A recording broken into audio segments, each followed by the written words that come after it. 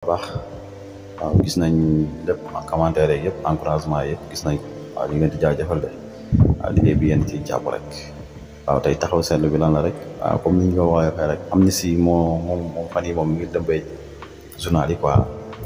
Amnesty comme ñu ngi fàtte yenn farata yi comme que ñoom waa yeew yi tamit doon nañ wax naa dañuy yóbbu loi boobu par Macky Sall dégg loolu pour jiitu leen si bëgg leen kaa yombala kooku de yaakaar naa dootul am problème comme que loi boobu lañ bëggoon dugal ensemble Macky Sall fas yéene lañ ko yombalal kooku du am benn réero ndax ku bët ko wéttale ak wut fu mu fanaan la rek waaw beneen bi stop mooy dund gi rek dund gi nañ ko wàññee bu baax a baax wàññi dund gi waaw Sénégal yi dund si jàmm ak salaam waaw góor na xel mi mën a dal tuuti waaw mooy gàmmu gi rek fépp la Sénégal fépp Sénégal yi nga xam ne état bi rek ndax fexe inspection baax xam ne mu jàmm ñëw ci jàmm Sénégal fi xam ne c'est normal parce que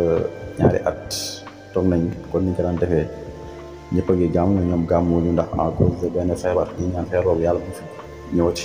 yal na ko fi yàlla jëlee léegi nag ren dañ koy gàmm kon c'est normal ñu jël seen i matukaay bu mat tamit taalibe yi tamit yéen wax ne bu ñu demee rek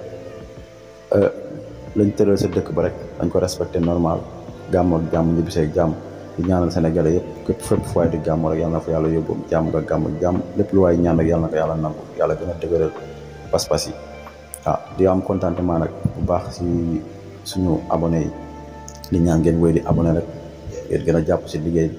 ndax chaîne bi seen chaîne la ñun moomuñu chaîne lañ si nekk di napp waaye lépp lu ñu def rek ngir yéen jërë ngeen jëf